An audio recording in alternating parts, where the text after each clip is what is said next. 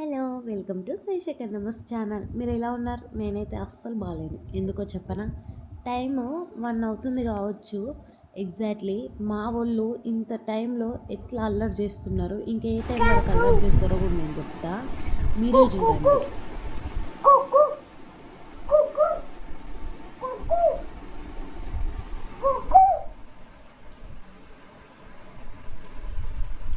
చెత్తి చే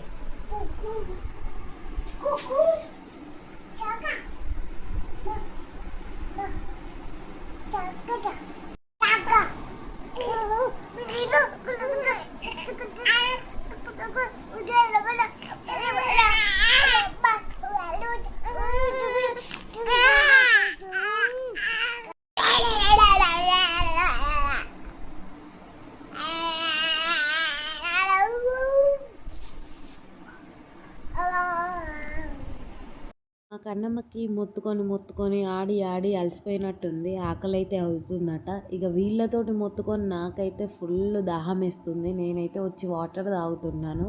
ఇక మా చిన్నోడు వండుకున్నాడు ఈ గ్యాప్లో. ఇక మా కన్నమ్మతోటి సతాయిస్తుంది నన్ను. వాడు వండుకున్నాడంటే మళ్ళీ ఇది. అసలు ఏంట్రా బాబు అనుకుంటున్నాను. ఎగ్జాక్ట్లీ మీకు టైం చెప్పానా? 3 అవుతుంది నిజానికి. ఒక్కసారి మీరే చూడండి. 1 అని చెప్పిన కదా, స్టార్ట్ చేస్తే 3 అవుతుంది. నాకు నెత్తిన వస్తుంది వీళ్ళతోటి.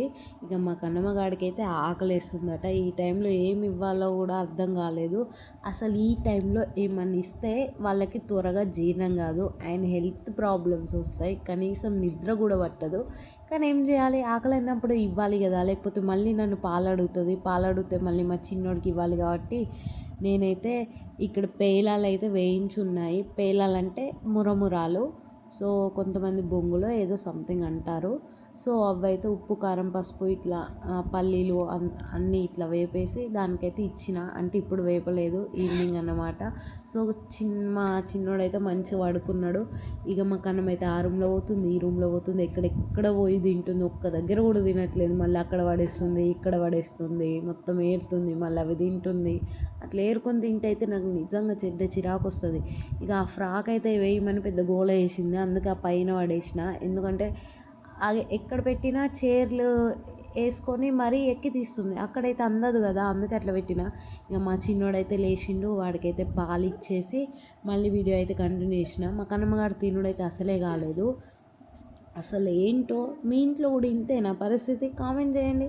అసలు పిల్లలు ఉన్నాక నిజంగా చెప్పాలంటే మదర్స్కి నిద్రే ఉండదు నిజానికి.